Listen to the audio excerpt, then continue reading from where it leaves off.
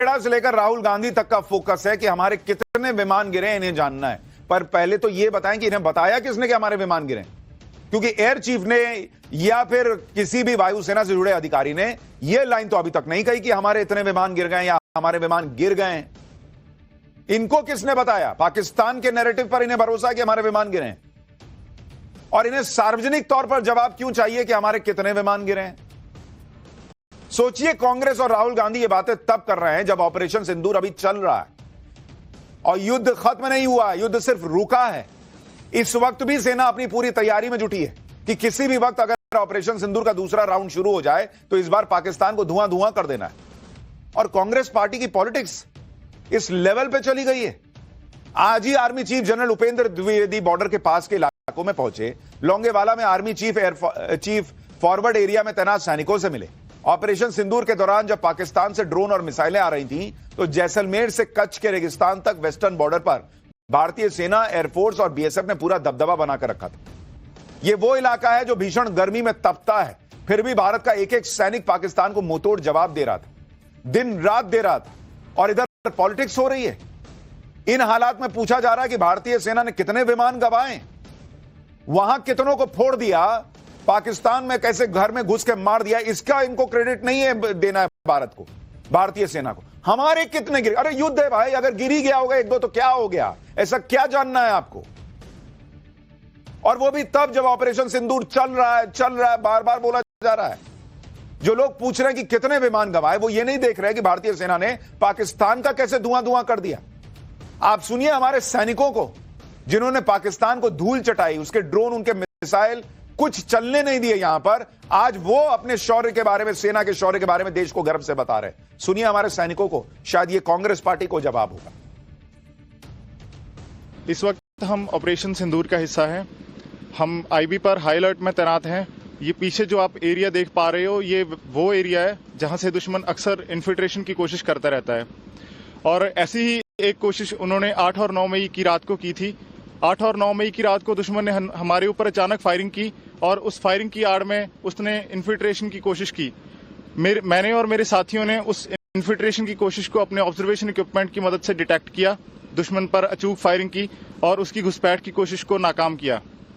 हमारी फायरिंग का नतीजा ये निकला कि सुबह तक दुश्मन अपने घुटनों पर आ गया और उसने अपनी पोस्ट पर व्हाइट फ्लैग लहरा दिया। हम अपने देशवासियों को यह यकीन दिलाते हैं कि जब तक भारतीय सेना देश की सरहदों पर तैनात है, तब तक कोई भी इस देश की तरफ आंख उठाकर नहीं देख सकता। हम अपने देश के दुश्मनों की हर नापाक हरकत का मुंह तोड़ जवाब देंगे। देश के सैनिकों को सलाम है बॉस, लेकिन अफसोस होता है जिस लेवल की पॉलिटिक्स राहुल गांधी और कांग्रेस पार्टी कर रहे हैं उसको देखकर। सेना का मनोबल तो हाई है, देश का मनोबल हाई है, लेकिन कांग्रेस पार्टी की पॉलिटिक्स ऐसी है जो इस मनोबल को नीचे ला सकती है। उन्हें इसकी चिंता नहीं है। जिस वक्त भारत पाकिस्तान के बीच लड़ाई चल रही थी तो कहा जा रहा था कि अरे लाहौर में धमाका हो गया, ये भारतीय मीडिया को कैसे पता?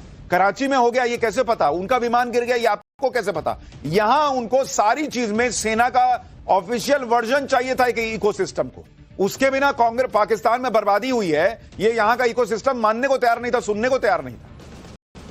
लेकिन जब अभी हमारी सेना ने एक बार भी नहीं कहा कि हमारा विमान गिरा है, इनको जानना है कितना विमान गिरा है। क्यों भाई, क्यों जानना है? अभी तो ऑपरेशन सिंदूर चल रहा है, अभी तो पाकिस्तान ने सिर्फ ट्रेलर देखा है, और अभी तो पाकिस्तान पर सिर्फ 10% गोला बारूद हमने बरसाया है। अभी तो 90% बाकी है। सुनिए।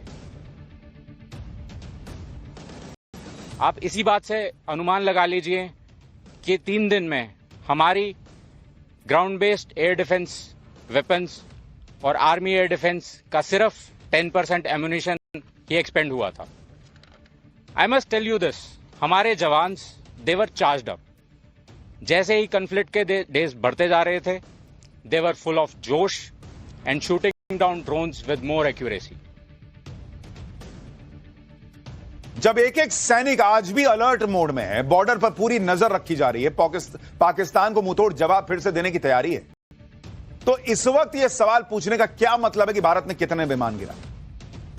यह सब देखना सेना का काम है और वो ये देख भी लेगी। लेकिन कांग्रेस की राजनीति का स्तर इतना नीचे चला गया है कि जिस वक्त भारत जबरदस्त तरीके से कूटनीति करने में जुटा है, अपनी ताकत से पाकिस्तान को कूटनीतिक तौर पर जवाब दे रहा है, पाकिस्तान के झूठ को एक्सपोज कर रहा है, उस वक्त कांग्रेस भारत के विदेश मंत्री को गद्दार जैसे शब्द कह रही है। सुनिए कांग्रेस प्रवक्ता पवन खेड़ा ने आज क्या कहा। जयशंकर जी खुद प्रेस एजेंसीज को सामने बैठाकर और खुद बता रहे हैं कि हमने पाकिस्तान के आतंकी ठिकानों पर हमला करने से पहले पाकिस्तान को सूचित कर दिया था। अब ये सूचित करने का क्या मतलब होता है? इतना भरोसा है आपको आतंकियों पर कि आप सूचित कर देंगे और वो वहीं रहेंगे या वो चुपचाप बैठेंगे? ये भरोसा है आपको उन आतंकियों पे? रिश्ता क्या है आपका? कैसे आप बोल रहे हैं उनको? क्यों बताया आपने उनको? और इसको आप क्या कूटनीति कहेंगे? ये डिप्लोमेट रहे हुए हैं। आज जो देश के विदेश मंत्री हैं ये एक राजदूत रहे हुए हैं, आईएफएस ऑफिसर रहे हुए हैं।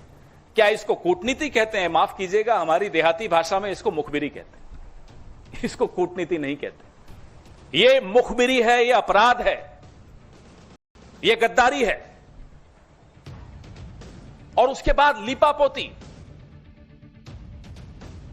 विदेश मंत्री को गद्दार कहना और उस वक्त कहना जब युद्ध जैसी स्थिति बनी हुई है, तो विदेश मंत्री दुनिया में जाकर पाकिस्तान को एक्सपोज कर रहे हैं।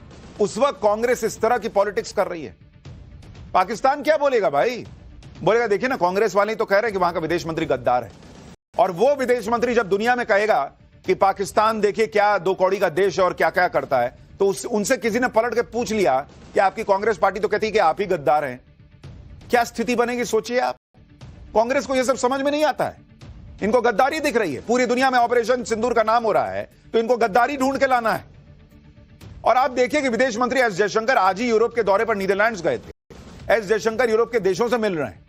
विदेश मंत्री एस जयशंकर के जिस बयान पर राहुल गांधी और कांग्रेस बिना सोचे समझे बवाल करने में जुटे हैं, उस बयान में ऐसा कुछ था भी नहीं जिस पर राहुल गांधी ने मुद्दा उठा लिया। आप उस बयान को सुनिए एक बार पहले, फिर आपको आगे की बात बताता हूं।